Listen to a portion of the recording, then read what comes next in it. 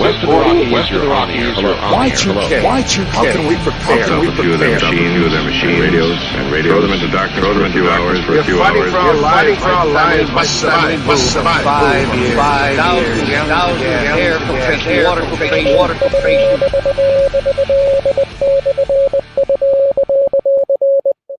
Coming at you from the frozen tundra that is East Central Alberta, Canada. Streaming live on YouTube. Well, not Twitter anymore, guys. Twitch, Odyssey, usually Rumble, but we've had all kinds of fun things today. We'll fill you in a minute. Welcome back to the workshop where we create community, find freedom, promote preparedness, and share success. I am Toolman Tim. Today is August the 1st. Wow, 2024, and this is episode 462 of Workshop Radio. How is everyone out there? We'll get back to it in just a minute, but I am back. I had one hell of a vacation. I needed it. I wasn't originally planning on it being a vacation from the podcast, but holy hell did I need it, and I'm glad I took it. So thanks for being here when I came back, guys. So real quick, Facebook's still been giving me issues on streaming over there. Sometimes it works, most of the time it doesn't, so there's no StreamYard. And I went to go live this evening, and now Twitter says you can only go live if you have a premium account. And for the 1 or 2 views I get over there, ain't gonna happen. So unfortunately, it looks like we are quickly coming down to YouTube for streaming, which is, there's going to be a whole thing at the end of this that I'm going to talk about YouTube tonight in a good way and kind of where the plans are heading with the podcast, the channel. Nothing bad at all, folks, but let's see who we got in here this evening so far. We got Jeff Stark, Byron Roberts, Mr. Pippin himself, Beth Emily, Bud. Good to see you guys. It's great to see you. Let's start off this evening with a rule to live by. So I put it through the old randomizer spinning wheel earlier today. I ended up getting rule number 16. I think I'm about halfway through my rules to live by at this point. And number 16, and you guys have heard this one before, I'm sure, and some of you probably live by it. Rule number 16, under promise and over deliver. Guys, that works in business. It works in personal relationships. It works in, I've yet to find a spot, and I'm sure somebody will be like, all right, Tim, here's the example where this is the exception that proves the rule. But I will tell you, every time over, when it comes to property management, I had somebody call me the other day and they said, hey, when's my dishwasher going to be in? And I said, next Tuesday or Wednesday, knowing damn well that I'm probably going to get there on Friday to install it. But if I said Friday and then an emergency came up, I look like the dick. So under promise, over deliver. It's the way you will always have happy customers. And to be honest, it will, and it doesn't mean giving yourself super low expectations or setting the bar so low that you can step over it instead of jump over in it. But it also knows that life happens and that at times you need to, because I am perpetually a yes man. At least I used to be. I was one of those fellers who would absolutely say yes to everything, even if I didn't have time to do it. And I realized one of the easiest ways to get around that was to under promise and over deliver. So I hope you guys enjoyed that. I wonder if you guys, anybody out there lives along those lines as well, but it's great to be back. Hey, Kevin Rodriguez, great to see you. Well, it's been 3 weeks, I guess. Well, I missed 3 shows, 3-week routine. So I have a ton of stories that I could pick from, but I kept it down to the normal 4 just so we could, just have a normal kind of everyday this week in prepping. So let's dive in here, folks. And so right now, here we go. If anyone dies while you are kept in your fallout room, move the body to another room in the house. The time has come. Stranger than fiction. There we are. I love these intros. And if you guys know Rebecca from Red Flyer Media, she's the one who spruced up a lot of these for me. I started some of these stingers in between transition clips, and she just made them look all the better. At some point this fall, we will have even more. I'm looking forward to introducing one for every one of these segments because if you've noticed, I've expanded to some new segments. So let's dive in. Here we go. If you guys haven't heard this comes from WVTM13.com, and you probably heard it absolutely everywhere. But if there wasn't a vending machine for anything or everything at this point, there definitely is now. Did you guys see this? You can now get gun ammo in a vending machine at an Alabama grocery store. Oh, who doesn't love the Second Amendment? And who doesn't love freedom? There you go. As for how the vending machine style dispenser works, the article says customers choose their ammo and scan their ID. Now it gets a little big brotherish in here. But here's the thing. You get to choose whether you want to do this or not. But either way, so when I first heard this article, I just saw the title and I'm like, you know what? I pictured gumball machines with loose 5.56 in them, and you just put a quarter in. Well, nowadays you wouldn't put a quarter in. Nowadays, I don't know what you'd put in, but up in Canada, at least a toonie to get a round or two. Put it in, turn it, and then just fill your pockets and walk out. It's not quite that simple. So how does the dispenser work? Customer chooses their ammo. They scan their ID. Next, customers will use artificial intelligence, facial recognition. Notice how it used to be called facial recognition, but because AI is a buzzword, we now have to include artificial intelligence in everything to verify that the person they claim to be is the person they are. Legally, we're required to make sure that someone's of legal age in order to use the machine or purchase the ammunition. I mean, that's the law in most places. You have to make sure somebody's of age to purchase ammo. This way, they're actually just removing the intermediary, the middle person. Legally required to make sure someone's of age to use the machine or purchase ammo, said the chief operating officer at American Rounds. And past that, we want to make sure they have a valid ID. Songer believes this AI technology is more secure than a real person checking an ID. Also interesting. However, just like the time that Elon Musk said, look, my windows are bulletproof, and he breaks them, the system isn't perfect because as the CEO was showing off the new technology, demonstrating the checkout process, the verification failed, unable to confirm he was the same person on the license. Oops. So there is that. There are some bugs to work out for sure. And then, of course, they do the people on the street thing, and I'm not going to get into that too much, but they found some people that are like, yes, praise the Lord, you can get free ammo. And then other people are like, oh, I don't like that idea. I think you should have to go. I'm pro Second Amendment, but you really need to have the inconvenience of dealing with a real person in real life, right? So anyway, so in case you're wondering, here's where the company has a ammo machines at the moment. It says the company has one machine in Alabama, 4 in Oklahoma, and 1 in Texas, all freedom-loving states, with plans for another in Texas and 1 in Colorado in the coming weeks. Imagine that. You can go next door, get your free weed, and then get your ammo in the gumball machines. What a great time we live in. Hey, folks. Anyway, I thought this was fun. I thought this would be a great, fun story to come back. What are my thoughts on it? I mean, I'm pro freedom of anything. You know that. And so if a company wants to open up gumball machines that sell ammo, I mean, sure, I want to keep it out of the hands of kids. So I like the idea that it requires an ID, I suppose. But I love it. I think it's great. I think it's the way of the future. I mean, you could theoretically pick up ammo at 2 a.m. if it's a 24-hour grocery store. So there's that. And let's see. Let's pop back into the comments here from our fellow delinquents. And Rachel Brown says, 13 watching and only 6 likes. Show the love, guys. Who always says, slap it like it owes you money? I can't remember anyway. Ryan Pippin says, I actually do have a gumball machine with 9mm inside it. I want to say I wish I had enough that I could fill a gumball machine, but, we'll leave it at that. All right, let's slide on to the next article here, guys. And I want to shout out to L2 Survive. Good to see you. Great to see you, actually.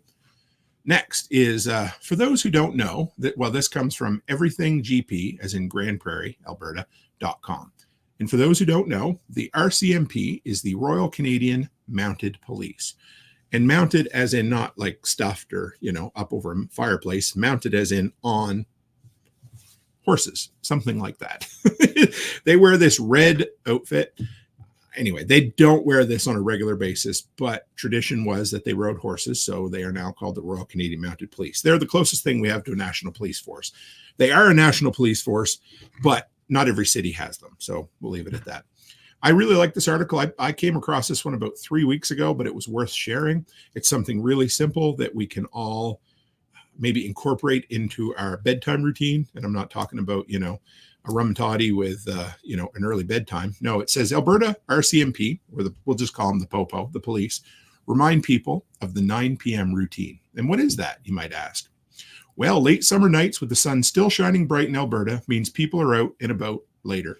But the Alberta RCMP wants to remind residents to still do their nightly routines. Now, some folks, it might be getting a little bit darker earlier already, but it is still well past 10 o'clock before the sun goes down here, before it's dark enough that the ne'er-do-well crackheads may or may not do an intrepid inspection of your backyard. And so, yeah, anyway.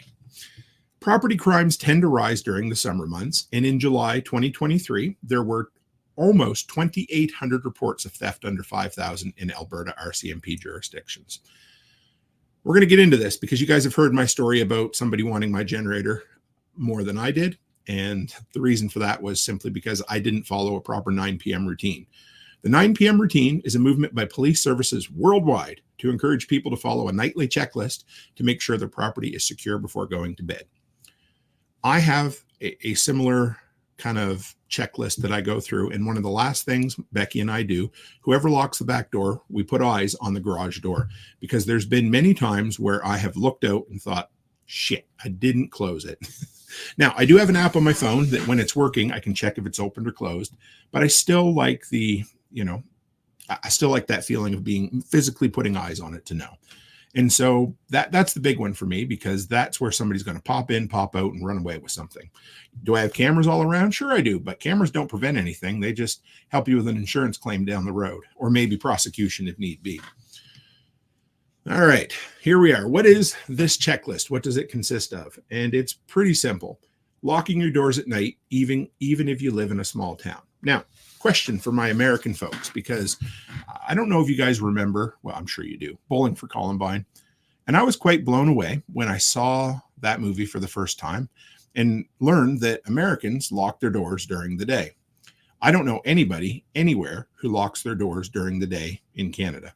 I'm sure there are people in Edmonton and, the big cities, but I've yet to meet somebody. As a matter of fact, it's common practice in Nova Scotia, where I grew up, to leave your doors unlocked while you go away on vacation. I'm not really sure why, but it is. Anyhow, so locking your doors at night, even if you live in a small town. Now, that's where I want to get at this, because we totally lock our doors at night, and so does everybody else. I don't know anybody who sleeps with an unlocked door. But during the day, no, doors aren't locked. So throw it in the comments there, guys. If do you lock your doors when you're home during the day, or do you leave them unlocked? Or you don't have to put it up there if you don't want to. Locking your garage or shed. Yep, that's me. I was really bad at that. And the way I have my garage set up is the garage door opens right into the back alley, and then you come in and go through a door into my backyard. There's no actual entrance into the backyard from my fence. So it's something that, I always try to remember to do. Why, you may ask? Well, if you're new here, you might not have heard the story about the beautiful Honda generator, the little EU 2000 I used to have. Beautiful little thing. And when we first moved into the house we were in before this one, the last house we rented before we bought this one, we had a garage door in there that had a messed up garage door spring. And it took 2 people to lift it and get it up into place. And then once it got up into place, I would have to put clamps on it to make sure it didn't fall down and decapitate a small child. Yeah, not safe. I get it. And so it was a real pain in the ass to open and close. So I would leave it open all day and then close it at night. Well, one evening, I never even thought. I left it open, left the light on in the garage, just like, you know what it was like? A lit up garage with an open door in the middle of the night is to a crackhead what a pie sitting on a window ledge to Bugs Bunny was. That's absolutely what it was. Simple as that. I was stupid. I left it unlocked. I went out in the morning, and there were 4 perfect little rubber footprints in the dust on my shelf where that beautiful generator used to be. There you go. So don't do it. Lock your garage, lock your shed, booby trap. No, I didn't say booby trap. I'm just kidding. Remove all keys from vehicles and locking the door. Securely store any off-highway vehicles. Another great idea. In the country, folks leave things out. I get it. I know it is what it is, but we don't do that in the town here. Consider installing a home alarm. If you already have one, set your alarm before going to sleep. Ensure all yard tools, recreation equipment is safely stored, preferably in a locked garage, shed, or something else. So there you go. That is what it is. I mean, it's just simple things. And to be absolutely honest, it's not really anything you have to run around and do. It's just something that you have to be cognizant of, and you can say, did I do this? Did I do that? Did I do this? Okay.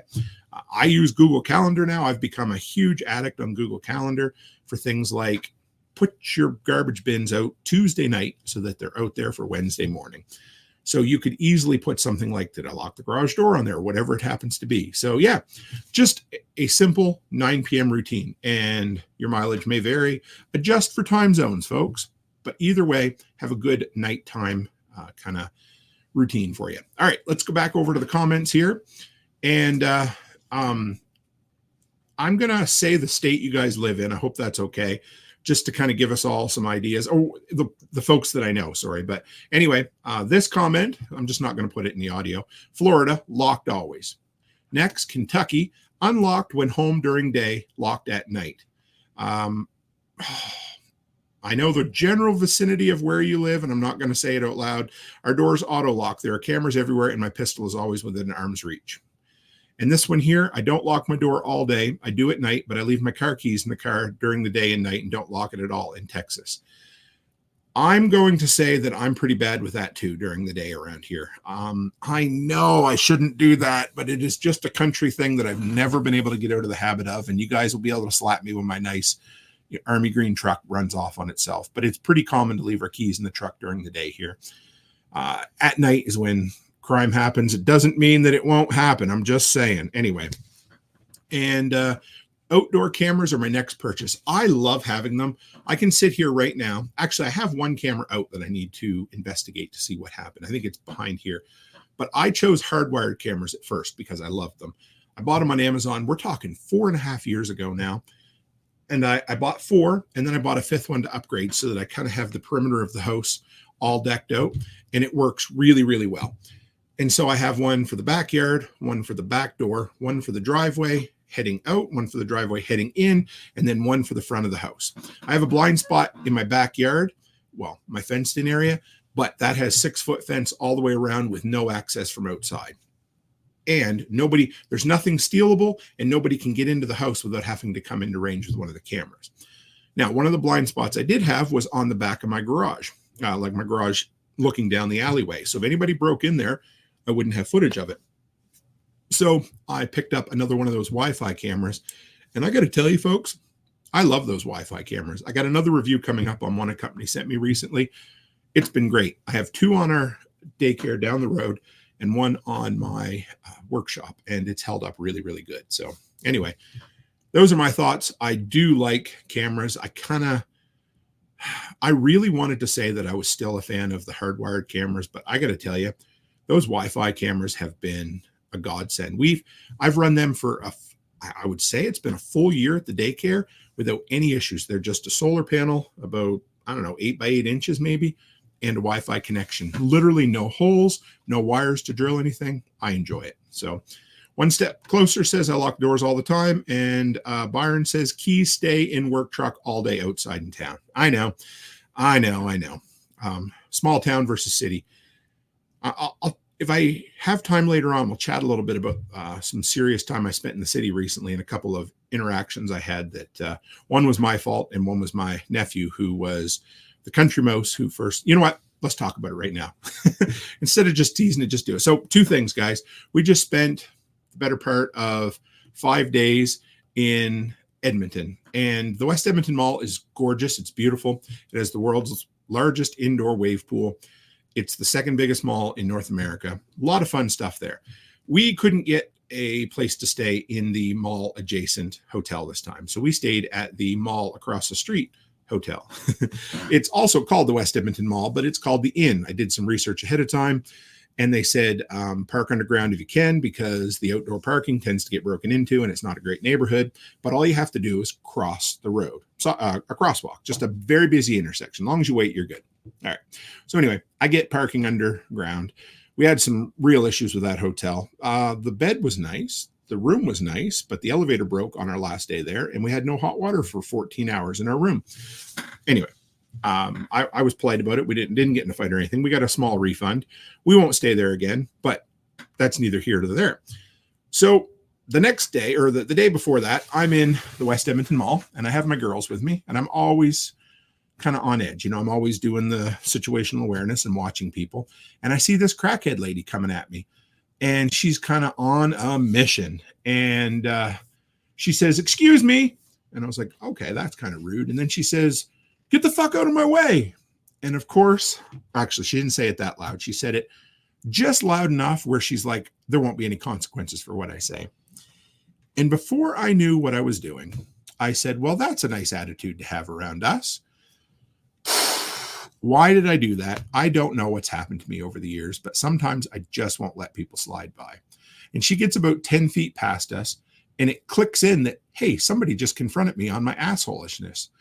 And she comes around and she comes right back, and she's within 2 feet of me, and she's cussing and swearing and hollering at me. And I'm thinking, why did you do that, Tim? Why did you say that? I shouldn't have done it. So stupid. And Becky was telling me afterwards, she's like, she was prepared to jump the lady if she tried to hit me. But anyway, I shouldn't have done it, folks. So sometimes preparedness is about keeping your damn mouth shut, even when somebody says something you don't like. So anyway, that evening, my awesome little nephew, Nick, he came out. So we just had my sister, my mom, and Nicholas out here. Mom was out 2 years ago. Nick and my sister had never been outside of Nova Scotia in their life. He came out. He was doing really good. I said, dude, you've never been in a city, and this is a serious city. Stay with me all the time. Yep. Okay, no problem. And one thing you don't do in Edmonton is jaywalk. I mean, you will get hit so friggin' fast, you won't even know it hit you. And we're at this busy intersection, and it just so happens that there's no cars within like ear distance or eye distance. We all stop because it's a red light for the crosswalk, and he just keeps on a trucking. And he gets about 3/4 of the way across before we realized what the hell had happened. And we hollered at him, and he froze right there because we saw a car just barreling down on him, and they weren't going to stop. And so he had to pick up his ass and start running. Anyway, so if you ever bring a country mouse to the city, keep a short leash on him. He didn't mean anything by it. I didn't get mad at him, but he scared the living shit out of me, guys. So keep your head up, be aware. And if you bring somebody, they're your responsibility. So there's my crackhead story for this week. Doors locked if I'm not home. Wife's disabled. Never leave keys in the car. Good. And I really should get better at not leaving keys in the car. But I'm just being honest here this evening. So there you go. All right. What do we got next? This is a great story, folks. I love this one. I hope you guys all cracked up when you heard it. Federal judge rules ban on home distilling is unconstitutional. Tonight, we're going to party like it's 1868. This comes from distillerytrail.com. And a couple of weeks ago, you would have saw this story across all the news platforms because it was quite the story. And July 20th, 1868, I'm going to try to do it in my mid-Atlantic accent. The U.S. Congress passed a law declaring, no, I'm done. All right. No person shall use any still, boiler, or other vessel for the purpose of distilling in any dwelling, house, nor in any shed, yard, or enclosed connected with blah, blah, blah. So in other words, you can't make your own liquor. That was the rule since 1868. In 1978, The Joy of Homebrewing was published. No, I'm not kidding. Around that time anyway, just kidding. But the federal government finally changed its tune when President Jimmy Carter signed H.R. 1337, which allowed any adult to produce wine and beer at home for personal use without federal taxation. However, distillation or distilling or making home fuel, folks, was left out of that law. Now, recently, in December of 2023, the Hobby Distillers Association went up against the court. They're kind of a special interest group, and they're like, hey, we need to challenge this law. It's been challenged before. It's never been overturned. And surprise, surprise, on July 10th, a federal court in Texas decided the federal ban on at-home distillation of beverage spirits is unconstitutional. Imagine that. Hasn't happened with marijuana yet. It's been the opposite case in this way, where states have gone, oh, wait, we can legally sell marijuana. But in this case, it's the federal that's saying it's unconstitutional.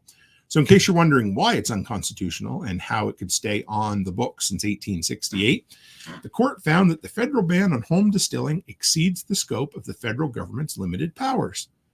Kind of nice when the Supreme Court does that. The Texas federal court, sorry. The Constitution's tax power does not allow the federal government to ban home distilling, largely because the ban does not add money into the federal treasury or protect federal tax revenue. The Constitution's power to regulate interstate commerce does not allow the federal government to ban home distilling, largely because the ban neither regulates interstate commerce directly, nor it is related to any large regulatory scheme. There you go. But just so you know, the group is quick to point out that in addition to federal laws, there are tons of state laws governing the making of spirits at home, and the decision does not affect the state's regulatory powers whatsoever. Rachel Brown says, you can make anything you want, you just can't get caught. Right. Everything's legal until you get caught. Anyway, yeah. So that brings me, before I forget, to show you the shirt. This is one of my new favorites. I still haven't decided if it's more of a favorite than Killdozer, but John sent me like 7 shirts in the last 4 weeks. So you're going to see some videos, but here's my favorite recently. It's Only Treason. Then you got George Washington with sunglasses on. If you lose. There you go. That's almost like history's written by the victors now, isn't it? So everybody go out there and have a stiff glass of homemade fuel just to celebrate this news. Hey, Rachel Brown says you can make anything you want, just don't get caught. One Step Closer says some kinfolk have been making their own forever. Just some good old boys. Yeah, I'm not singing that. There you go. So, and the next story is a little dystopian. I hope it's not too dark. No, I'm just, anyway. This comes from The Atlantic or theatlantic.com, and I had to use archive.ph. If you want to check out that site, it's great. If you aren't interested in subscribing to certain news outlets, things are behind a paywall, you want to read a story, or you just want to see an old version of the story, you can check out archive, archive.ph. So The Atlantic says, the golden age of the supermarket is ending. I would say something that started in the late 50s, I guess, and really hit it big in the 80s with the malls and that sort of thing. This is an interesting thought experiment or an interesting conversation piece in here. There's going to be a lot about climate, a lot about changing weather, and no matter how you want to look at it, the weather has been bad recently for certain things, and you're going to have localized ecological disasters, lots of different things that have been affecting the supply chain, as we know.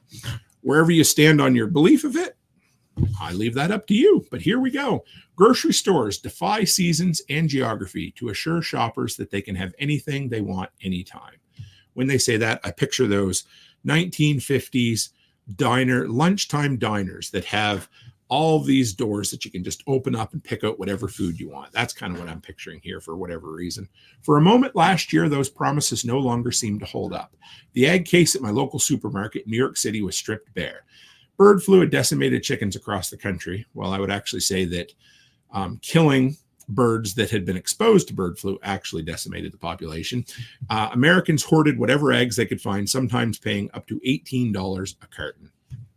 Well, another reason I've been freeze drying a ton of scrambled eggs recently, but not the only reason, just a reason that will help you smooth over these peaks and valleys that's known as inflation or price jumping. Olive oil has more than doubled in the cost in the past 2 years because of drought and bad weather in the Mediterranean. Have shriveled olive groves. So many orange trees in Brazil are diseased and weakened by heat and drought that producers have considered making juice from other fruit. Peanut, sugar, vanilla, and beef, among other foods, have also been in short supply at points over the past few years. Oh, speaking of which, apple pie moonshine. Speaking of distillation, Americans may no longer be able to count on supermarkets that are perpetually stocked with cheap food. The era of grocery abundance is ending, and a more somber one is taking its place. So this is an article. It definitely comes from a pessimistic worldview, but I think it's worth looking at simply for the fact that there are going to be some shortages. We're going to be dealing with a bunch of shortages that, we've dealt with some in the past. We're going to deal with some in the future. And I think, somebody much smarter than me said that prepping is supposed to make your life better, whether times get tough or it doesn't, right?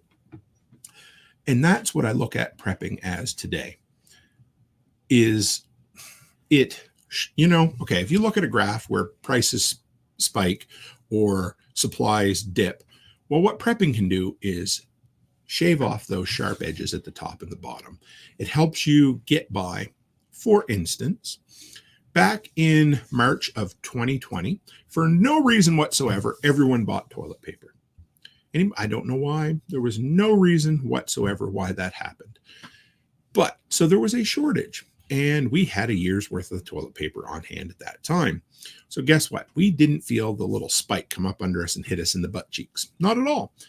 And that's what prepping does, is it dulls those sharp points on graphs, and it allows you to go much, much longer than the average Joe when dealing with these shortages.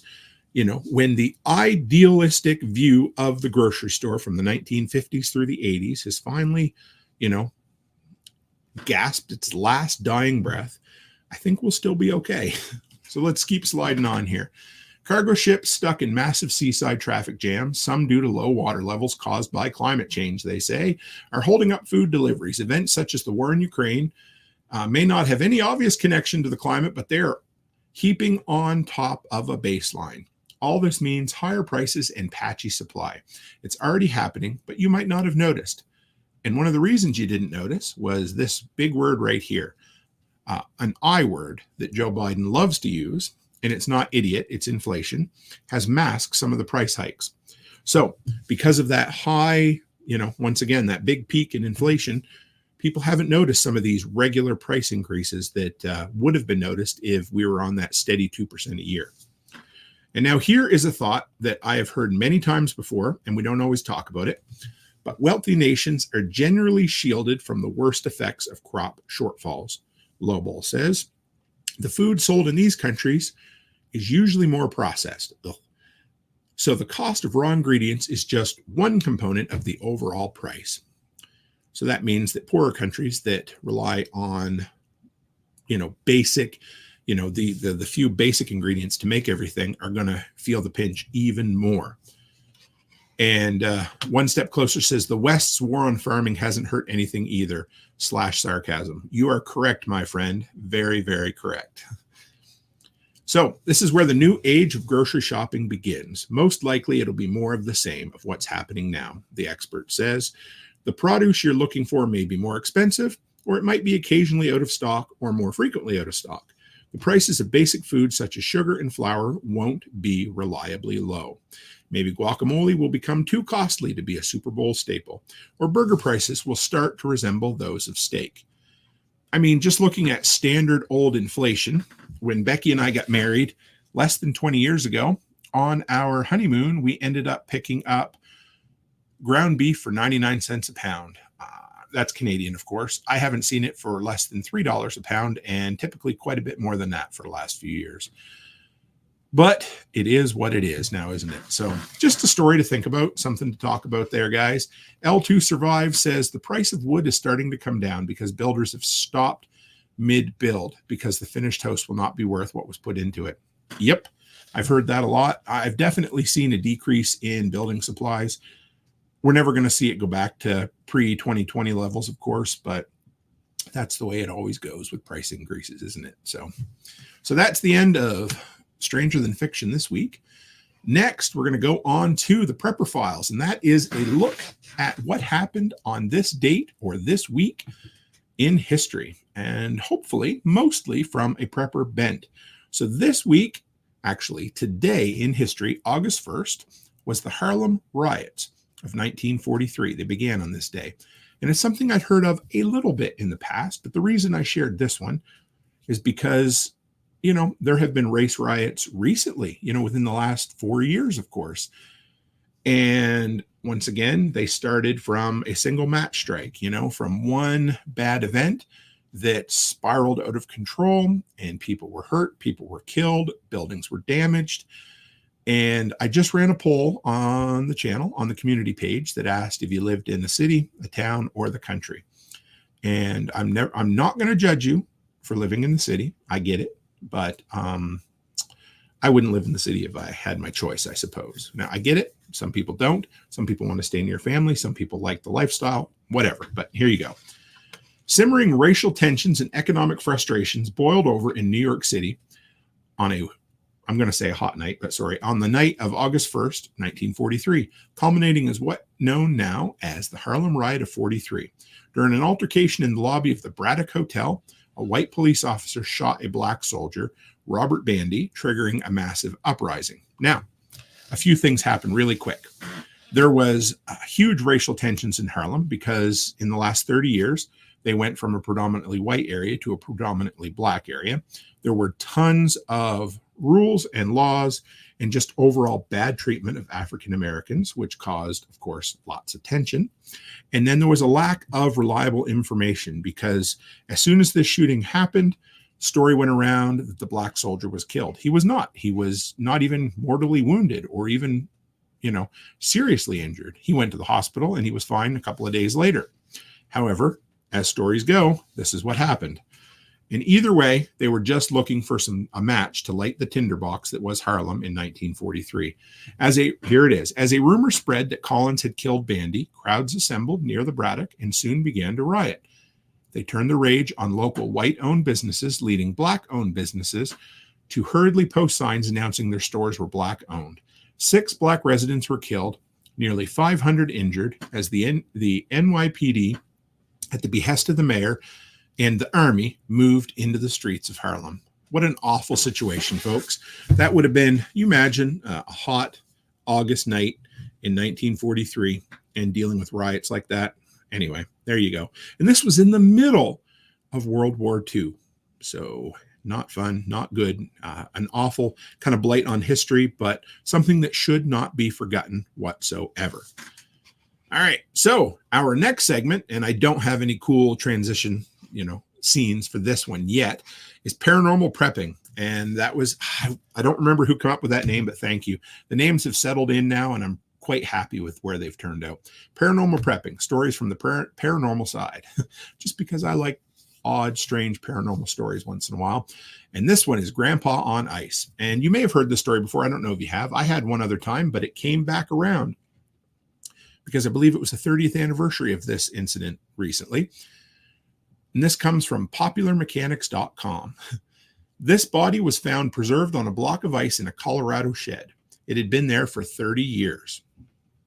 This is a story about do-it-yourself cryonics.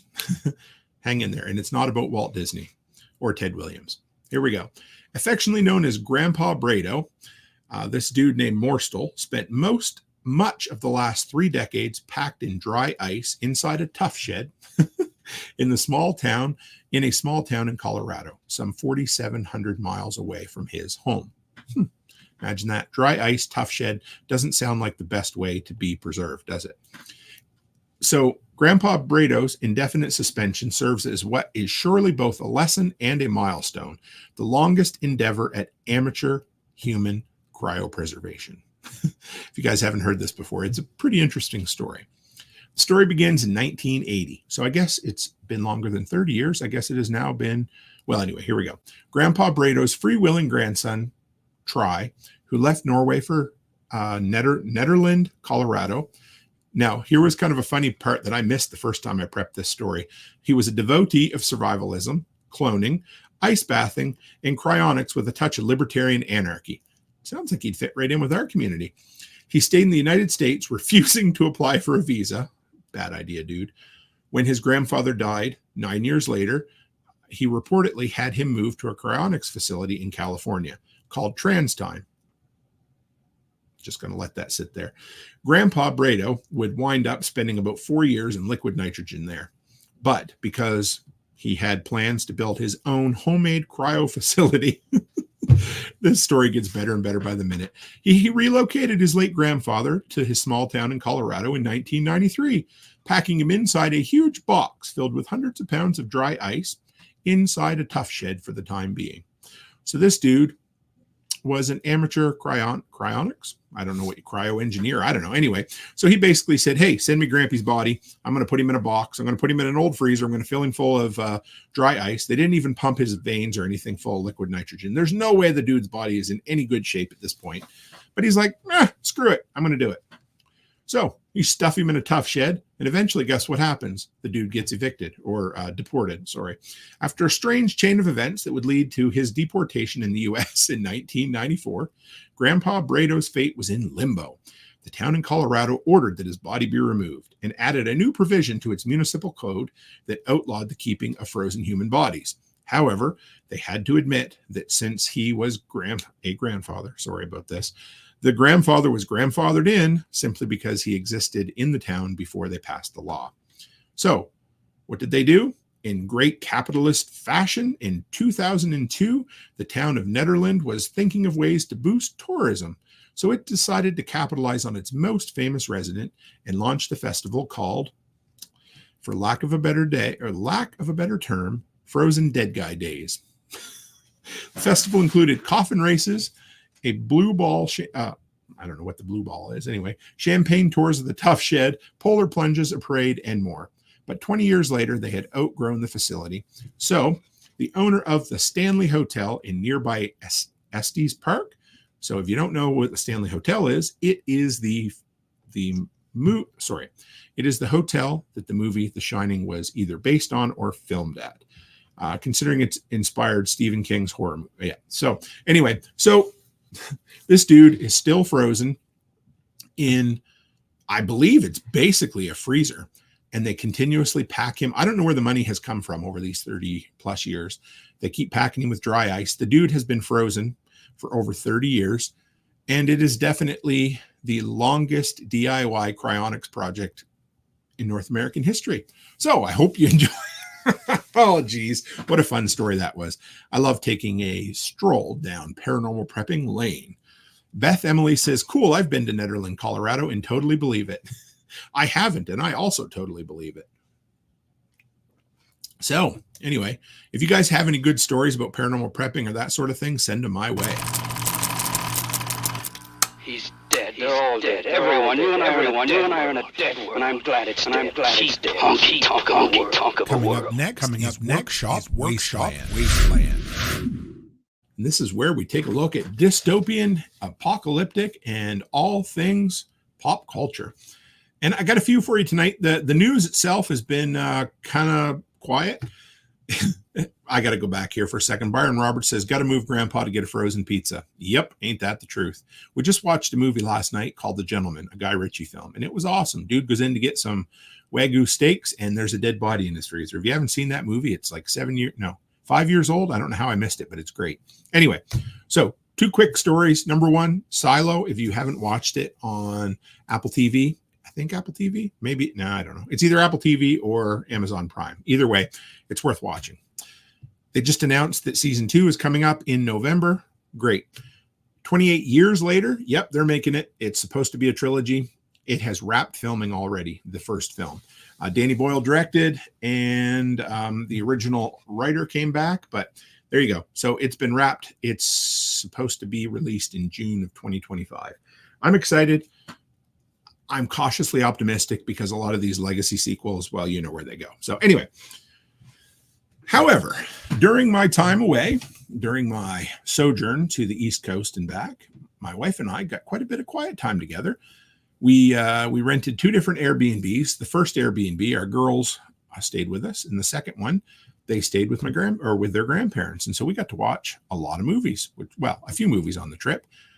First one, I watched this one on the plane heading out, was called Arcadian, and it is a post-collapse movie with Nicolas Cage. He does a great job in it.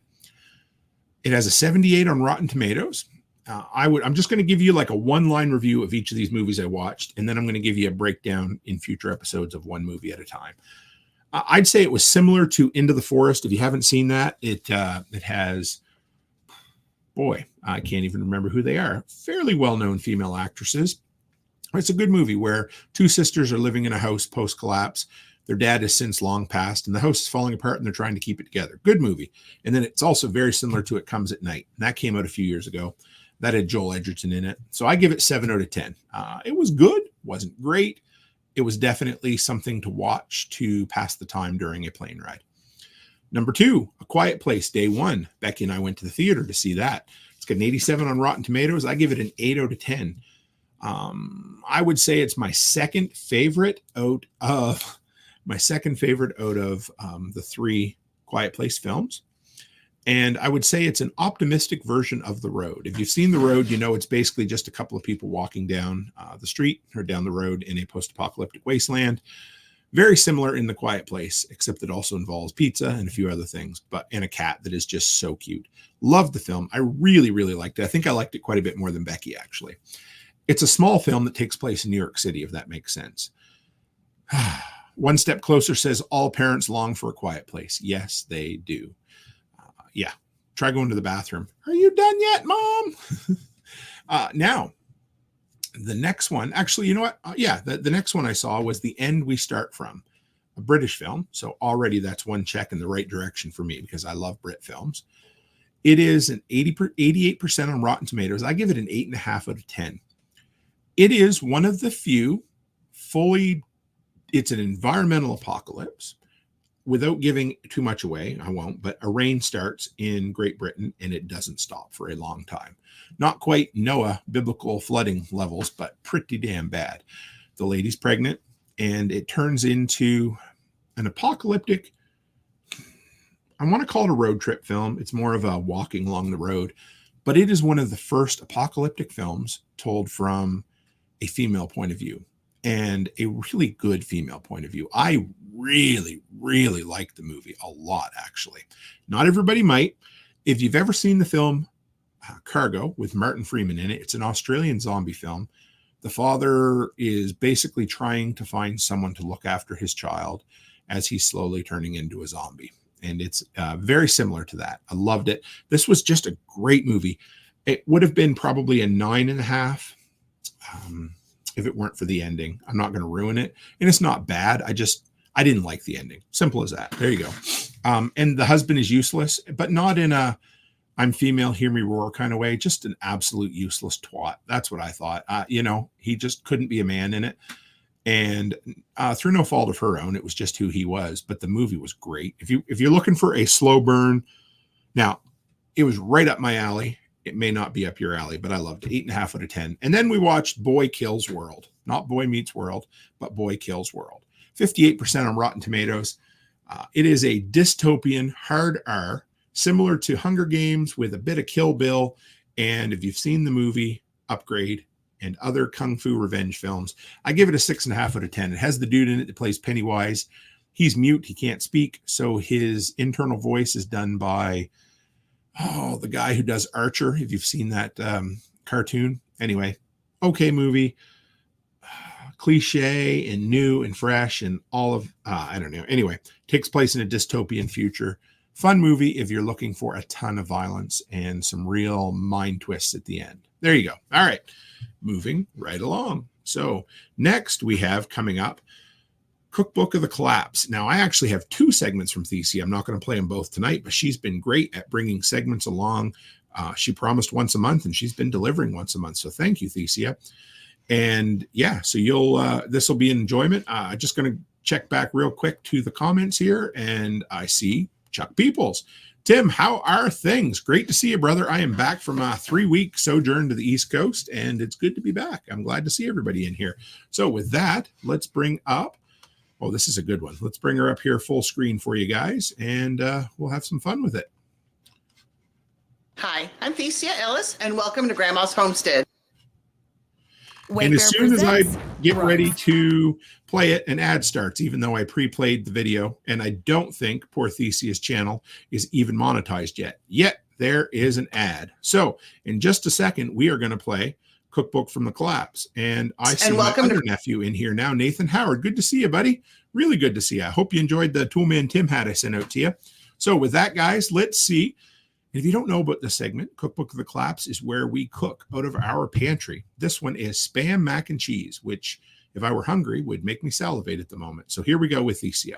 Grandma's Homestead. All right, today we're going to do something that I almost never do. We are going to cook from a box. But my whole series is about cooking from your pantry, and my theory on it, if you're cooking from your pantry, you're basically cooking with things that are shelf stable. All right, our water's going. Let's get our macaroni in here. Give it a good stir. We got our timer set for 10 minutes. And we're going to let that go. All right. The timer is off. It's time to strain it or drain it. Okay, now we're going to drain it. And I'm going to show you a little bit of a trick I've learned. We've got the pan here. It's not been heated. We're just going to throw it in the bottom of the pan. The heat is off. I guess you can put it on low if you want it. Now we're going to take the noodles and pour them back onto it.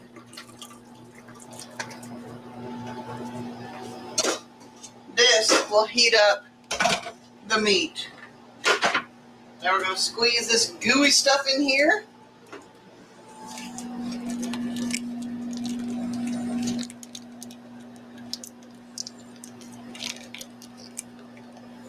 Now we're going to stir it all in. Like I said, this is strictly from the pantry. The cheese is already done up for you. The macaroni, you got to heat up and stuff. Oh, and why do I worry about that?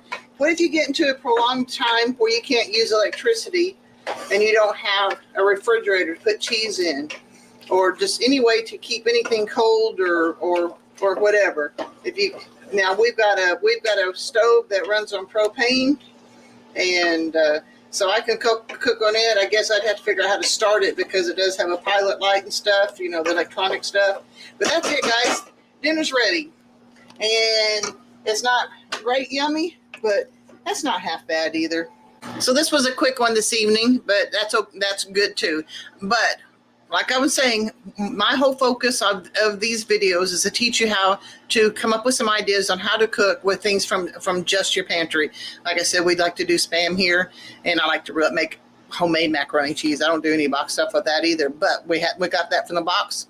In fact, Kenzie's already come through and already scooped her up a big old bowl full of it and eating it, so obviously your kids will like it. And like I said, that one with the chicken is, you can use canned chicken and buffalo sauce, some sort of hot sauce and stuff, and mix that in, and that would be good. Of course, obviously, this is not from the pantry, but if you have hamburger meat or bacon or anything like that, you can add to it. That's good too. But I was just going to show you something from the pantry.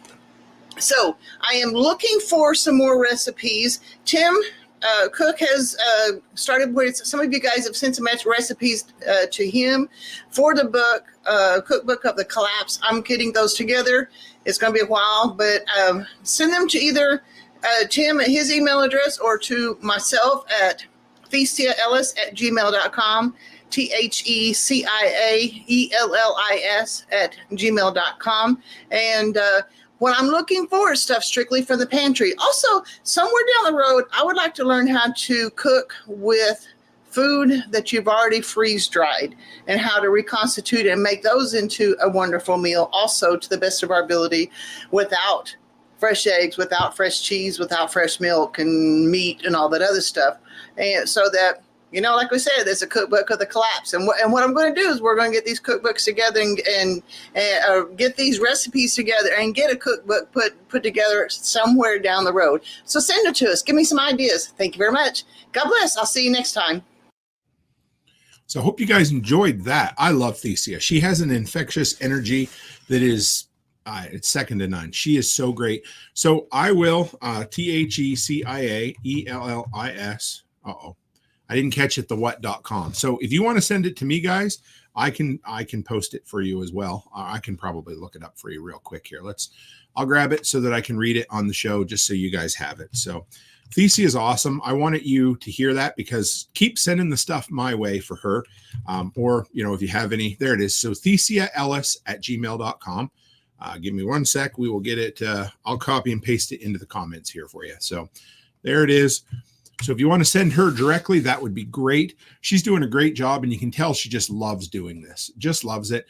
She does everything. She is an independent lady like you wouldn't believe. I first came across Thecia a few years back when she was starting to renovate that trailer of hers. So if you've got something you want to send it in. And yeah, I've passed along the ones you've sent to me so far. So she's doing great. I really appreciate her doing this and her enthusiasm behind it, because it's not something that I had the time or the desire to do. So I'm glad she wants to. That's what community is all about, right, folks? All right. Now you stay in the back room. And you keep your gun handy. Our country is still full of thieving, murdering. Get ready for I read it on the internet. And this is the segment where we take the top post from our preppers, or one of the top posts this week from Reddit, and we take a look at, sometimes it's a real life story, sometimes it's prepping tips, who knows? but I pull out the most interesting one. And this one's pretty bland, pardon the pun, but no, it's not. It's just something simple that we don't always talk about. And here it is. This comes from user GSHER62. Quick prep for small family. New prepper question. Joined this sub ages ago, but am avoiding thinking about it. Feel free to judge me. I live in a country that has been fighting a war for the last while and recently had a baby. I feel bad, but anyway, there are concerns that tensions might escalate soon, like very, very soon. Off the top of your head, what does a family of 2 adults and a baby in an apartment need? Preferably things I can pull together in the next week. Any advice and guidance would be greatly appreciated. Please be kind. Absolutely be kind. Anybody who shits on them doesn't deserve to call themselves a prepper because, we always, one of my favorite cheesy cliches is the second best time to plant a tree is today, because it's true. If you need to start, you start now. You figure it out. You do what you need to do and you move on. So there's some really great, simple suggestions from folks. Baby food. You can eat less, but your baby can't. That's a really good point that I hadn't thought of. And of course, the further I get removed from having babies in the house, the less I remember of this stuff because, the good Lord puts a blinder in your head so that you don't remember how painful, the child years were. But no, anyway, baby meds as well, Tylenol and saline, things like that. A water and purifier, baby wipes are good for a million things. Guys, we haven't had babies in the house in, the better part of 13 years, and we still buy baby wipes by the case. They are great. Well, we also have 10 furry little babies that are idiots, but they're great for cleaning up messes. They're great for wiping off tables. They're great for wiping your face, for makeup removal. 1,000 things they're good for, and they're just great to have around. This person also says, I like cans of soup and veggies and things that I can eat with or without cooking, and it counts toward your water intake. Fair enough. Soap and disinfectants. Yep, also good. This next user says, if I was worried about a war zone, I'd be worried about moving. You should put together a pair of what we commonly call bug-out bags, preferably graded ones. Not sure what the graded part means there. Somebody wants to chime in, but that may just be a term from a different country. I'm not sure. So each of you would have a small satchel, something you can run with that carries the bare essentials. Great advice for a new prepper. And I like this one the best. This came from Red Yam on the Go. Your diaper bag is basically your baby's bug-out bag. Include changing mat, blanket, diapers, diaper wipes, powdered formula just in case, 3 changes of clothes, drool wipes. If baby is primarily breastfeeding, high-calorie snacks for the mother. If the baby is weaned, jars of baby food. Extra baby supplies, 2 days worth of cloth diapers, soap for washing diapers, water purifier, a way to boil water maybe, a little camp stove, 3 changes of clothes that are a size bigger. That is a great, somebody here's had babies, I promise you that. Baby wash, plastic hangers for drying diapers and clothes. Awesome. Hey, I loved it. What a great little story, or a great little share from the Reddit community. Something, I remember thinking about this exact thing when we went to the hospital and when the babies were born. We were powdered formula through and through. My sister was also. And so we told her ahead of time, we're like, hey, take your own formula, take your own water. It will save your babies, it'll definitely save you from having diarrhea. That's for sure. So you think about it then, but you don't necessarily think about it a few years removed from that. But I enjoyed this story quite a bit. Some real practical tips in there. All right. So what do we got next? Food for thought. This week in the workshop. And so that is a weekly recap. Now I could have I've been gone 3.5 weeks at this point, roughly, I think. And I could have made a list a mile long about this, but I just hit the high points for you, just kind of fill you in on where I've been. But 3 weeks gone, we flew to Nova Scotia. We flew back. It was a good time. My wife and I, we really had a great time. However, the trip was, if you're not on Telegram and you want to join Telegram, the link's in the description tonight. But if you're not in Telegram, you might not have known, but I got sick while I was in Nova Scotia. I have grown up eating all kinds of seafood my entire life. Raw seafood didn't matter. It's never bothered me. We had clams from I was the only one that had the clams from a little roadside seafood place. And the next morning I woke up not feeling very well. And by mid-morning I was, it was not good, throwing up everywhere. So my first experience in my life with food poisoning, the first time I had vomited in 17 years. Imagine that. It was miserable on a vacation. What did I do? I slept and drank lots of fluids and took Gas X pills. That's about all I did. Took me about 4 days to feel normal. It was miserable. Nobody else got sick. Nobody else ate the clams. It was the only thing that I ate that was different from everybody else. Through and through, classic food poisoning for what we had. So anyway, I got a couple of days to eat regularly on the other end. Definitely lost some weight during that time.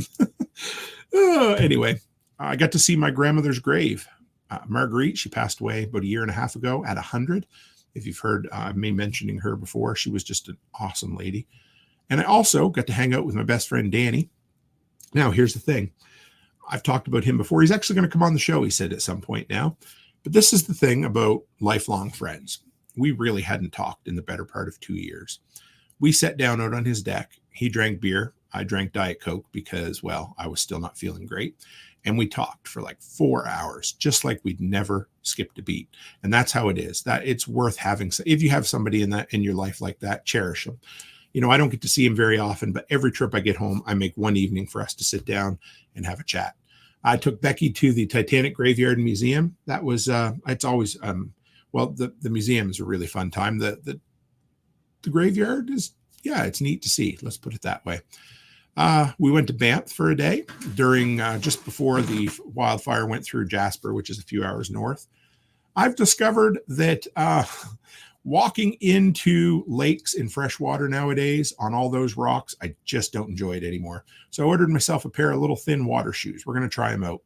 When I was a kid, I would run in over those rocks and gravel like there was no tomorrow. And now I'm just like, oh, it hurts. It hurts us so bad. While I was there, though, it was pretty cool. I saw a dude sitting on the side of the beach painting the backdrop that was behind us. It was really nice. I chatted with him a bit. I shared his stuff on social media. I also saw an inflatable canoe. If you haven't seen one of those, it's a breakdown frame with an inflatable skin, weighs about 20 pounds and fits into a really big backpack. If you haven't seen one, might be interested in looking into it. We had extreme heat for the entire week. My family was out here. It sucked, especially for them. Definitely the hottest days they've ever experienced in their life. But again, no humidity. I did some property management stuff. I got a full day booked tomorrow. But tub faucet, broken switches, bathroom fan, all at the 12 unit. Then we stayed at that hotel, like I told you. No hot water. Elevator broke down. So the first night we get there, my sister's bed in the other room. We got 2 adjacent beds. Hers was dirty. They needed to clean it, change it before they could go into the room. We shouldn't have stayed there. And then a broke down elevator. I felt awfully bad for some old couples I saw. And I couldn't imagine if you were on the 3rd floor with a wheelchair. It just was, and they just didn't care. And then no hot water for 14 hours. So yeah, it was not very fun. Then I went to the daycare this week and I got a ton of coat hooks and shelves hung over the last couple of days. So that's done. And then I did 2 review videos this week. One that came out yesterday, which is a DeWalt battery powered coffee maker from Malif. And tomorrow is a really cool foldable solar panel that you'll get to check out. So that's coming tomorrow. Next, what do we got? Food for thought. This is a new article, a new segment that I guess was kind of inspired by Chris Dixon. And this is just where I bring up a random topic to discuss, something in the way of preparedness. So here we are again. This one is food for thought. It's a random topic to cover. And tonight we're going to talk a bit about the wildfires in general. And if you guys hadn't followed, we had a really bad wildfire here in Jasper, one of the national parks, one of the 2 really pretty communities that are in the mountains. It's not good. Anyway, so we were in Banff, and then if you go just a little bit further in the Rockies north, you come to Jasper. I've never been there, but that's where my daughter and son-in-law got engaged a week and a half ago. A couple of days later, a wildfire comes through, ravages the place, and destroys about 30% of the community. A real mess of a job.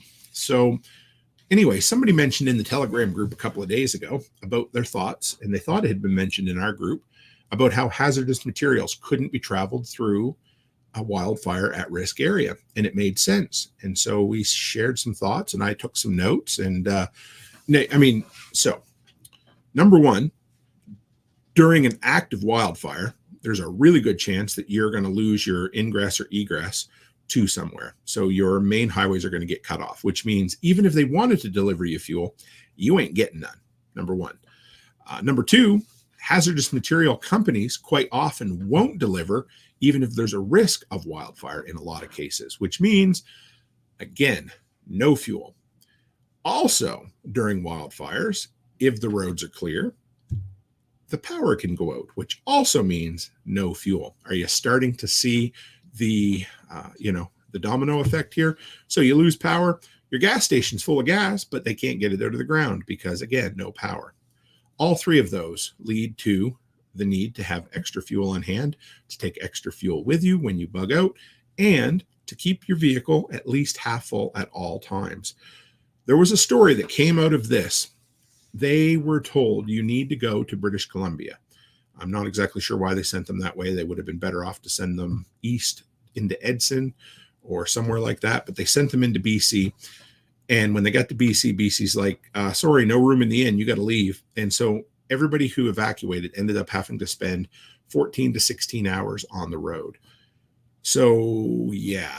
Can you imagine hopping in your vehicle and having an eighth of a tank of gas because your husband or wife just came home and thought, meh, we don't need to fill it up today? Not a good thing. So people had to go a long way to evacuate. A tip I saw in another post I was on said if you have gas storage, so that could be fuel tanks, diesel tanks, propane tanks, clear back all brush and combustibles from there, about a 10-meter, 30-foot radius. So beat down all the dry grass. Don't let any dry grass be growing up around it. Do everything you can to beat back the combustibles before you have to leave. When you're traveling, visibility can be really bad. It can be just so-so. It can kind of look like dusk, although some of the stuff I saw from Fort McMurray a few years back, it looked like hell on earth. Breathing is really bad. Solar panel output goes down to almost zero. However, if you're not near the fires, one good benefit is that it tends to be a fair bit cooler because the smoke blocks out a lot of the UV rays. Not good, just one of those things. So I brought up this from Technical Safety BC, and they just said a few things if you're on evacuation alert. And I thought this was kind of cool to hear. Said if you're on evacuation alert, unplug non-essential electrical appliances, move portable propane cylinders away from house or structure to an area where fire impact will be minimal. Now, I want to throw something out there because I store 12 5-gallon cans of gasoline in my workshop. I'm probably going to take 4 or 5 of them with me if I go. I don't know what I would do. I guess I would just leave them in there. Maybe leave. I don't know. I don't know what I would do. Maybe give them to neighbors, I guess, other people who are bugging out. Yeah, that's probably what I would do because I wouldn't want to leave that behind because that could become a really big hazard for, emergency workers. So just a thought anyway. And if you guys have thoughts on that, I'd like to hear it too. It says turn off valves and power knobs on appliances and systems, shut off the water leading to hot water pipes. If you have propane storage, cut back vegetation. But they said if your natural gas is supplied, don't shut it off if you receive an evacuation order. They'll turn it off at the main valve. Okay, rather interesting. Just a few little thoughts there. There was a couple more, but we're going to brush by them for lack of time. But so anyway, that's my thoughts on wildfires. It's been a scary time here for a lot of folks.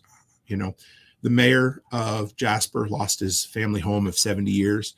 They kept all the main infrastructure, but beyond that, it was a mess, guys.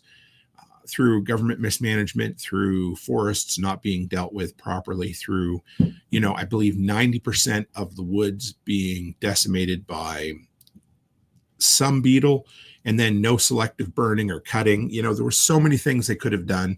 And now all of a sudden they're like, hey, let's fund a fire suppression system around the entire city. So they want to put in a sprinkler system around the town. And I'm like, too little, too late now, isn't it? It's kind of sad, but it's a shitty situation. I feel bad for the folks there. I don't know where they're going to go from that, but yeah. So that's my thoughts on the wildfire this week, guys. And hopefully we don't have to see any more of those this year. It's been up until this point, it had been a pretty good wildfire season. All right. So next and the final segment of the day. It's the apocalypse. End of days. The judgment day. The end of the world, my friend. Let's dig into community mailbag.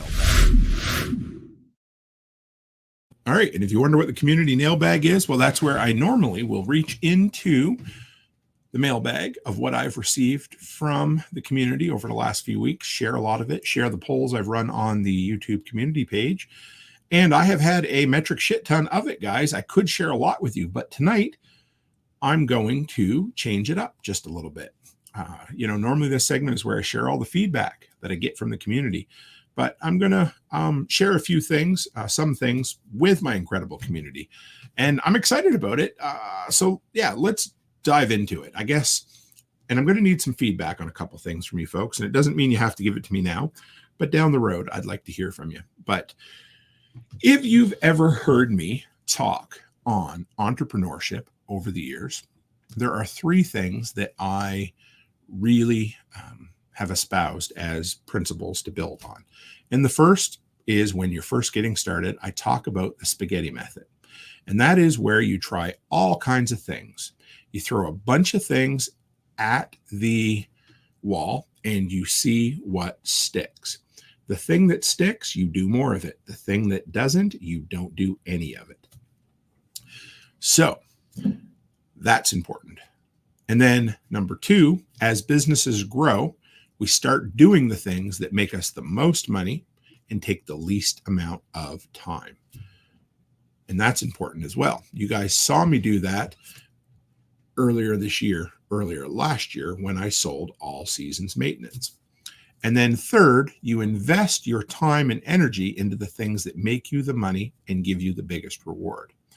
And that has been how Becky and I have grown our businesses to the point that we have. That's why I sold All Seasons Maintenance last year. And it's an absolute blessing to sit down with those guys last night and have a chat with them and have a really good relationship, and to see they brought me some new hats with their new logo. They're still calling it All Seasons Maintenance. It's a great logo. They're making money hand over fist. I'm proud as hell at them, but I just couldn't do it all, right? So I just gave up one more property that I manage at the end of July, and I give it to the guys who are running All Seasons Maintenance. But I realize in some instances, I haven't been taking my own advice. So this is not a bad announcement or anything, but I just want to share with you guys. So number one, I said, you need to invest the most time and the most energy into the thing that makes you the most money and gives you the biggest reward. As you guys know, the absolute biggest investment for us right now is the daycare. It is making more money than all three other. Well, I'll share something with you here, not numbers, but just to let you know. So my 4 priorities on the run of a week is property management, content creation, daycare, and family time. Those are the 4. And recently, I have been doing 1 day of property management, 3 days of content creation, 1 day of daycare, and 2 days of family time. And until somebody can figure out a way to find more days in the run of a week, that's what I'm stuck with, 7 days. The family time is 2 days of non-negotiables. So here's the thing. The daycare is making us the most money by a mile. We have a plan of being retired, I guess, by 2029. By the time Becky turns 50, I guess I can say that. I hope I can say that. That's our plan, is to, and when I say retired, it doesn't mean we're not going to be doing things.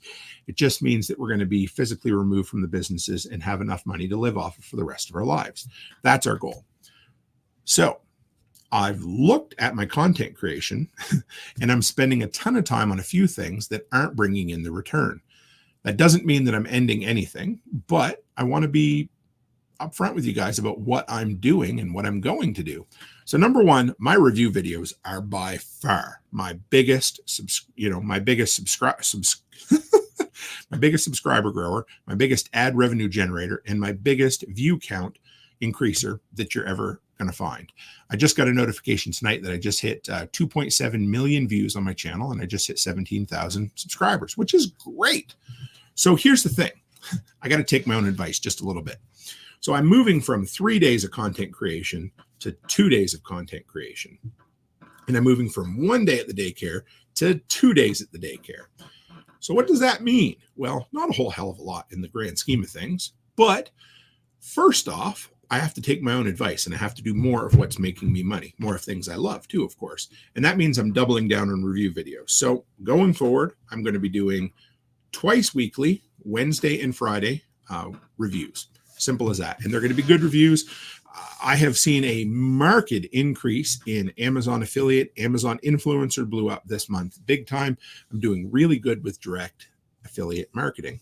And so I love that. So you're going to start seeing 2 review videos a week. But in order to do that, Workshop Radio isn't going anywhere. Thursday, This Week in Prepping, has become a huge hit, and I love it.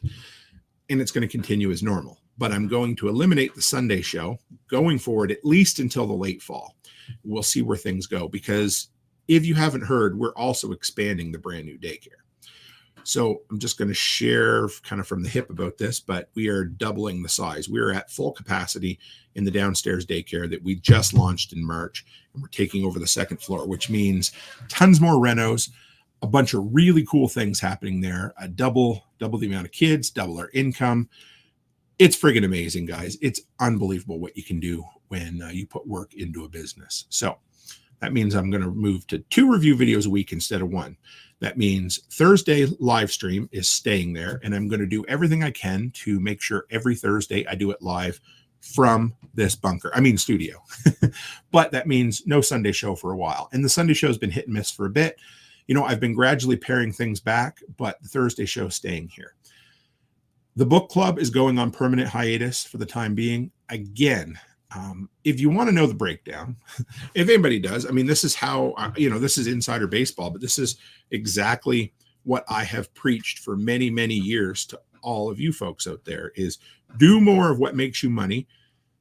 And so I have to do that. So the breakdown really is that review videos bring in 95% of views, subs, and revenue.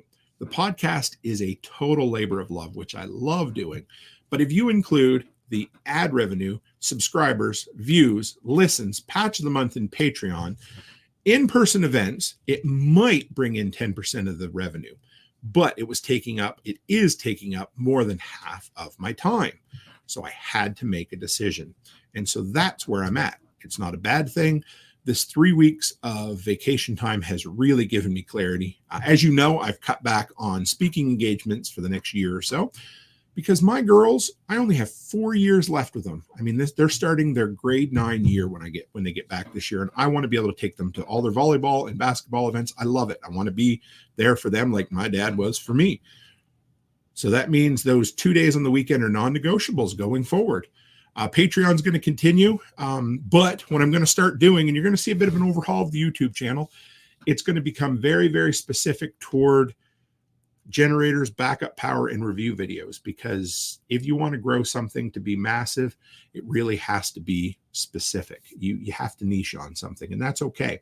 So that means some of the stuff is going to end up moving over to my alternative channel, and some of the new stuff going forward will either be Patreon only exclusives, or they'll go to the alternative channel. And it means that I'm not going to, when I get inspired to make something that doesn't fit this channel, it's going to go to the alternative channel, if that makes sense. So things like Delinquent Skelly, things like the MRE videos I do with Alice, that kind of stuff is going to go over to the alternative channel as time permits. And finally, the last thing is I'm a bit on the fence about the Patch of the Month Club.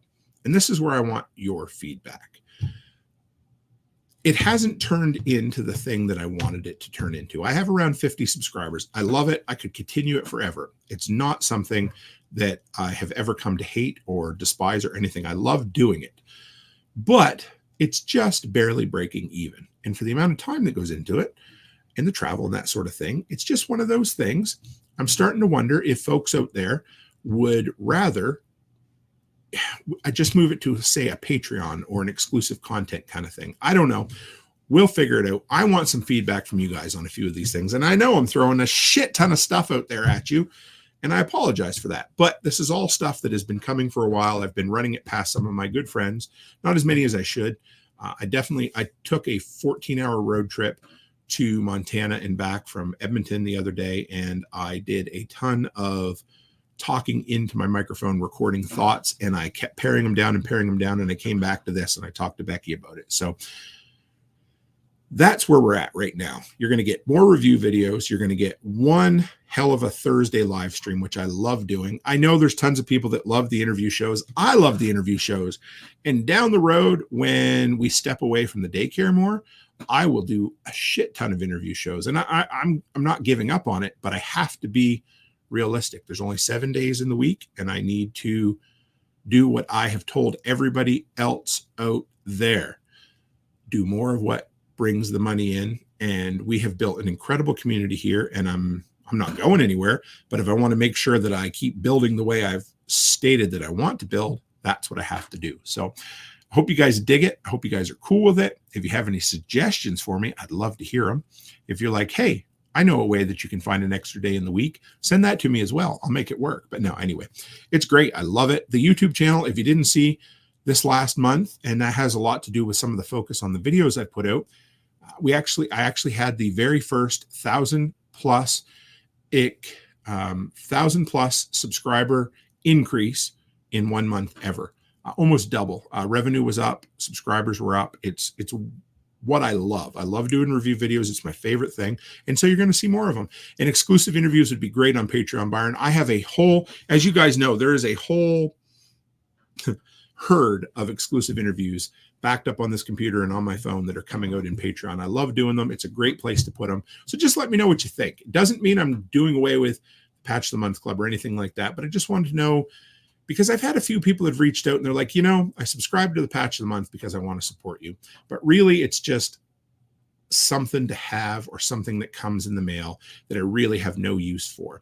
And if that's kind of how some people are feeling, then I'm cool with that. I don't mind it at all. We could move it to just an exclusive content. I don't know what it is, and I don't know where it ends up. I'm going to keep pushing this forward. The Busy Bees Daycare has become huge. I now have my son-in-law here who's helping me with property management. That has become huge. Curtis, you're awesome. I love you. He is going to probably be taking over more and more and more of the property management, which will free up a little bit more time for me. So there it is, folks. That's what I wanted to let you know. So going forward, you're going to see the book clubs on permanent hiatus for now. Sunday night live streams not happening for the foreseeable future. Thursday is locked in stone this week in prepping. I love it. 2 review videos a week, and we'll go from there. So I hope you appreciate that, guys. It's been great chatting with you tonight. Before I forget, number one, tonight is the deadline for very inexpensive SRF tickets. If you haven't got them yet, they're under $50. I've never seen them this cheap. I hate that.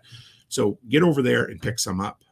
I probably should have put my affiliate link in the description tonight, but I did not. So it doesn't matter, but I'd love to see you there because that's the only event I'm going to this fall is SRF. And to throw that out there, we're going to be doing, we're going to be down the week before SRF. It's going to be great.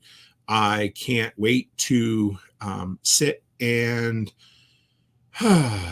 anyway, yeah, I'm excited to see everybody. We're going to do some work days at Delinquent's Gully. I can't wait to have, you're open to come anytime or no time whatsoever. But it's going to be a good time. And Byron Roberts says patch of the month could be limited to quarterly. I really like that. And maybe I could do a bigger patch. I don't know.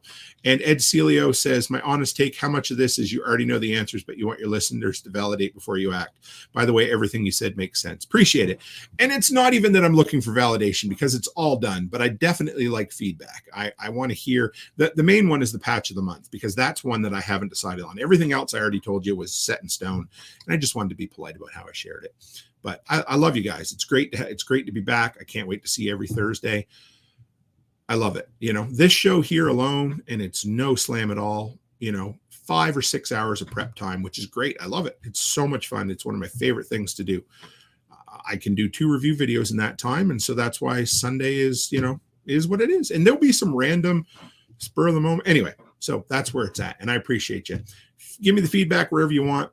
And yeah, we'll see you right away. So as always, stay happy, stay healthy, and have a great week.